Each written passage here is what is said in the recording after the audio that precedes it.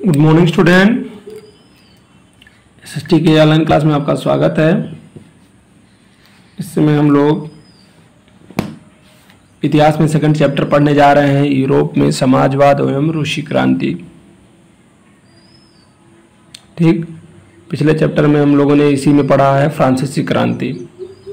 Chapter में आपका क्या नाम है? यूरोप में समाजवाद और रूसी क्रांति। समाजवाद का मतलब यही है कि जो समाज में लोगों के पास अधिकार हो, उनमें उन पर बराबर का अधिकार हो, जो संपत्ति हो उस पर सभी संपत्तियों पर आम जनता का अधिकार हो, यही समाजवाद कहलाता है। और रूस की क्रांति पढ़ना है हमें, तो रूस की जब क्रांति हुई तो उस समय जार निकोलस द्वितीय का शासन था और 1911 में रूसी क्रांति हुई। चलिए ठीक है ना, शुरू करते हैं। जो पहला टॉपिक है हम लोगों का समाज परिवर्तन का युग।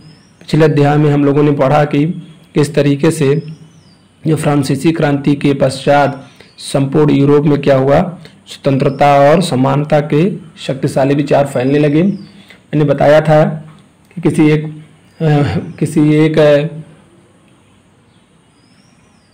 विचारक ने कहा था कि जब फ्रांस को छींक आती है तो पूरा यूरोप बीमार पड़ जाता है। कहने का मतलब ये है कि जो फ्रांस है, फ्रांस में अगर कोई भी गतिविधियाँ होती हैं तो उसका असर पूरे यूरोप में पड़ता है।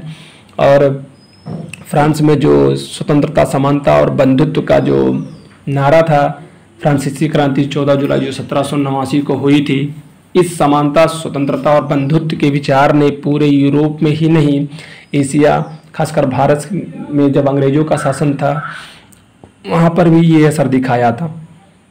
फ्रांसीसी क्रांति ने सामाजिक संरचना के क्षेत्र में भी आमूल-चूल परिवर्तन की संभावनाओं को शुरू किया। जैसे कि हमने अध्ययन किया है कि 18वीं शताब्दी से पहले फ्रांस के समाज में विभिन्न श्रेणियों में बटा हुआ था। सामाजिक तौर पर, आर्थिक तौर पर चर्च और कुलीन वर्गों का ही अधिकार था, लेकिन क्रांति के बाद इसमें कई बदलाव आने लगे या दिखाई देने लगे। इन क्रांति के फलस्वरूप यूरोप और एशिया सहित विश्व के बहुत से भागों में व्यक्तिगत अधिकारों के प्रति और सामाजिक सत्ता का पर किसका नियंत्रण हो, इन सभी चीज़ों पे काफ़ी चर्चा छिड़ गई। भारत में भी राजा राम मोहन राय और हेनरी लुइस डोरेजियो ने फ्रांसीसी क्रांति का उल्लेख किया। ये दोनों भारत के बहुत बड़े समाज सुधारक हुए। राजा राम मोहन राय को तो भारत का प्रभात नक्षत्र अगुआ कहा जाता है, जिन्होंने भारतीय सभ्यता का गुणगान किया और अंग्रेजों के पाश्चात्य शिक्षा का समर्थन किया। उन्होंने कहा कि जब तक हम लोग इनकी पाश्चात्य यानी अंग्रेजी शिक्षा को नहीं समझेंगे तब तक इनका सामना हम लोग नहीं कर सकते। आमूल समाज परिवर्तन करना यूरोप में इतना आसान नहीं था, क्योंकि वहाँ में बहुत सारे लोग इसके पक्ष में अभी भी नहीं थे। बहुत से लोग परिवर्तन के लिए तो तैयार थे, लेकिन वो नहीं चाहते थे। वो चाहते थे कि परिवर्तन धीरे धीरे हो, यानी अचानक परिवर्तन नहीं चाहते। समाज में मूल चूल परिवर्तन नहीं चाहते थे, वो परिवर्तन धीरे धीरे चाहते थे। एक समूह का विचार था कि समाज का आमूल पुनर्गठन आवश्यक है। कुछ रूढ़वादी थे तो जो उदारवादी या आमूल परिवर्तनवादी संसाधनों के पक्ष में थे। उस समय के संदर्भ में इन्हीं शब्दों का मतलब क्या था, राजनीति की धाराओं में क्या अंतर थे और कौन कौन सी बातें थी जो समान थी। यहाँ यह भी ध्यान रखना चाहिए कि इन सभी प्रश्नों के उत्तर प्रत्येक काल में अलग अलग होते हैं। इस अध्याय में हम 19वीं शताब्दी की कुछ महत्वपूर्ण घटनाओं का अध्ययन करेंगे और देखेंगे कि उनके द्वारा परिवर्तन किस प्रकार संभव हुआ। उसके बाद ऐसी घटनाओं की पर ही दृष्टि डालेंगे जिससे समाज के आमूल परिवर्तनों के पुनर्गठन का मुश्किल से प्रयास किया गया। रूसी क्रांति ने 20वीं शताब्दी में समाज को एक नया रूप देने की कोशिश की और समाजवाद के विचारों को क्या कर दिया, लोकप्रिय बनाया। अगला जो टॉपिक है 1.1 उदारवादी, लिबरल्स, रेडिकल्स और रूढ़वादी। ठीक है, समाज परिवर्तन के समर्थकों में जैसे हम लोगों ने पढ़ा कि बहुत से समाज जो 19वीं शताब्दी या 20वीं शताब्दी में कई विचारों में, कई भागों में बटे थे। ये जो विचार धारा है या लोगों का विचार है, यही अलग अलग समूहों में क्या था, बटा हुआ था। इन्हीं को कुछ विचारधारा के मानने वालों को उदारवादी कहा गया, कुछ को रेडिकल कहा गया और कुछ को रूढ़वादी कहा गया। इसी को हम लोग पढ़ेंगे। सामाजिक परिवर्तन के समर्थकों में से एक समूह उदारवादियों का था, जो ऐसा राष्ट्र चाहता था जहां सभी धर्मों का एक समान सम्मान हो। उदारवादी क्योंकि 18वीं शताब्दी में संपूर्ण यूरोप में प्रायः किसी एक पृथक धर्म को आर्थिक महत्व दिया जाता था। कहने का मतलब ये था कि यूरोप में कहीं ना कहीं हर देश में किसी एक धर्म को विशेष महत्व मिलता था। जैसे ब्रिटेन की सरकार जो थी वो चर्च ऑफ इंग्लैंड का समर्थन करती थी और स्पेन और ऑस्ट्रिया कैथोलिक चर्च के समर्थक थे। उदारवादी समूह उनका विरोध भी करते थे जो वंशों पर आधारित समूह सत्ता को नियंत्रित रूप से नहीं चलाते थे।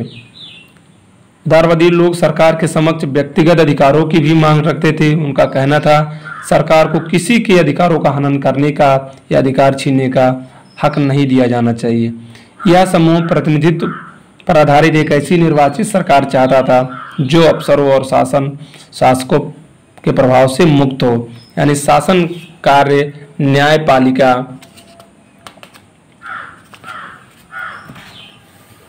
द्वारा स्थापित किए गए कानूनों के अनुसार चलाया जाना चाहिए।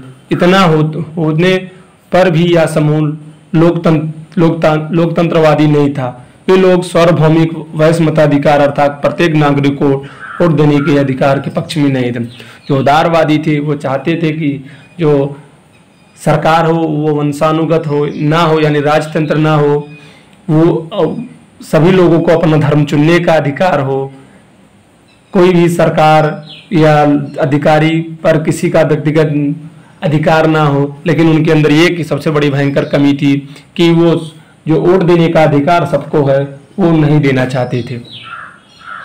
इसके विपरीत जो रेडिकल समूह के लोग थे, देश में जनसंख्या के में बहुमत पर आधारित सरकार के स्थापन, जो दूसरे समूह था जिसे रेडिकल समूह कहा जाता था, वो चाहते थे कि ऐसी सरकार बने जो बहुमत के आधार पर हो, यानी जिसकी बहुमत हो उसकी सरकार हो, चाहे वो चुनाव के माध्यम से हो, जनसंख्या के माध्यम से हो या धर्म पर आधारित हो, किसी भी आधारित, लेकिन वो क्या हो, बहुमत के आधार पर हो। वे महिलाओं को मत देने के पक्ष में थे। रेडिकल समूह का सबसे अच्छी बात ये थी कि ये क्या चाहते थे, जितने भी सरकारें या जितने भी मत थे वो कोई नहीं चाहता था कि महिलाओं को वोट देने का अधिकार मिले, लेकिन ये रेडिकल समूह ऐसा था जो ये चाहता था कि महिलाओं को भी मत देने का अधिकार मिले।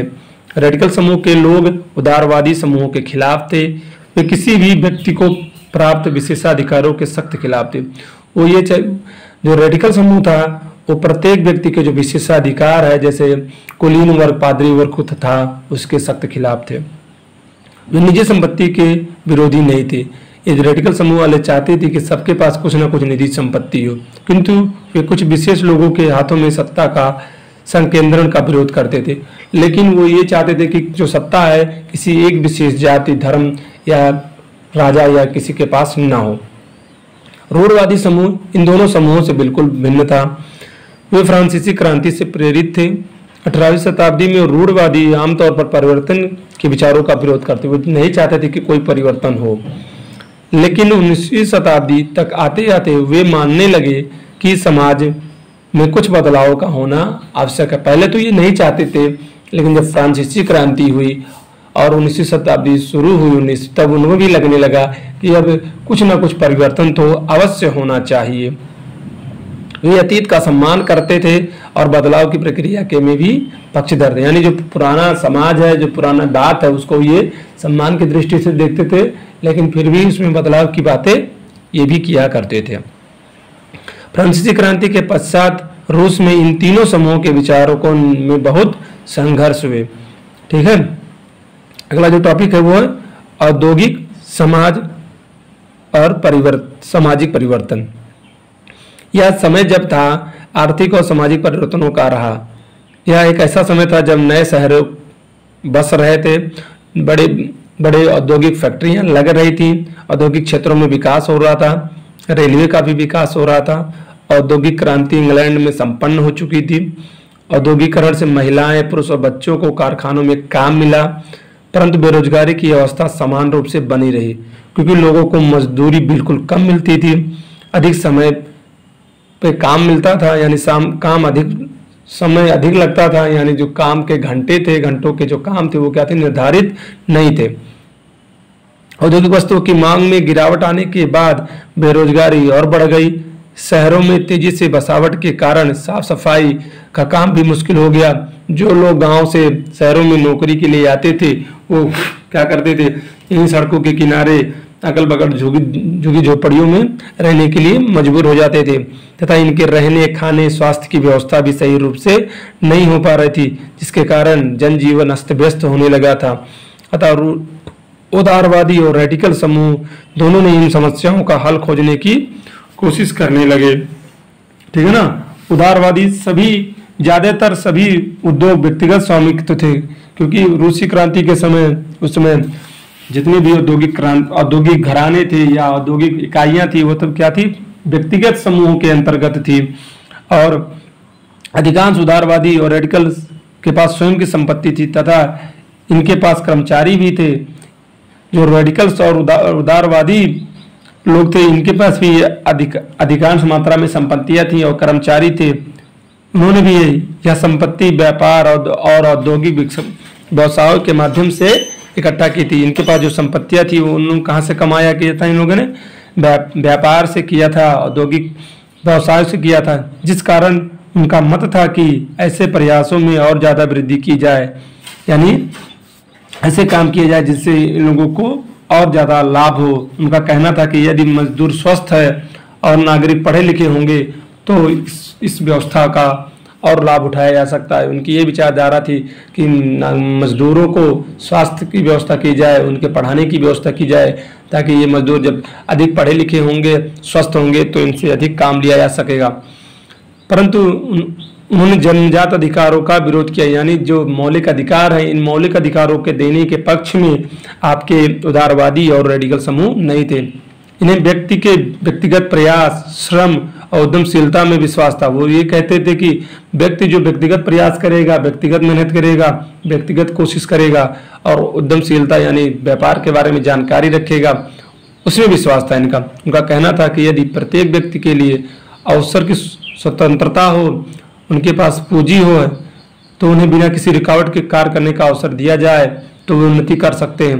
इनकी विचारधारा यह थी कि प्रत्येक व्यक्ति को काम करने की स्वतंत्रता दी जाए, उनके पास पूंजी हो और उन्हें बिना किसी रुकावट के काम करने दिया जाए तो उन्नति ये कर सकते हैं। इसी कारण से 19वीं शताब्दी के प्रारंभ के समय में समाज में जो भी कुछ बदलाव हुए, इन बदलाव में कार्यरत स्त्री पुरुष जो थे वो उदारवादी और रेडिकल समूह और पार्टियों के चारों ओर गोलबंद हो गए।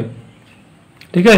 यूरोप की 18वीं शताब्दी की सरकारों का अंत करने के लिए कुछ उदारवादी और राष्ट्रवादी और रेडिकल समूहों ने आंदोलनकारी क्रांति चाहते थे। रूस, इटली, फ्रांस, जर्मनी कई ऐसे लोगों ने क्रांति की शुरुआत कर राजाओं के निरंकुश शासन का अंत करना चाहा। राष्ट्रवादी कार्यकर्ता क्रांति के ऐसे राष्ट्रों की स्थापना करना चाहते थे जिसमें सभी नागरिकों को एक समान अधिकार हो। राष्ट्रवादी गिस्पे मेजनी ने 1815 के पश्चात राष्ट्रवादियों के साथ मिलकर ऐसे इटली के एकीकरण की प्रक्रिया प्रारंभ की जहां सभी को समान अवसर या समान अधिकार मिले। भारत सहित संसार के सभी राष्ट्रवादी उसकी रचनाओं से प्रेरित थे। अगला जो हम लोग का टॉपिक है वो है यूरोप में समाजवाद का आगमन। उसे हम लोग आगे वाले टॉपिक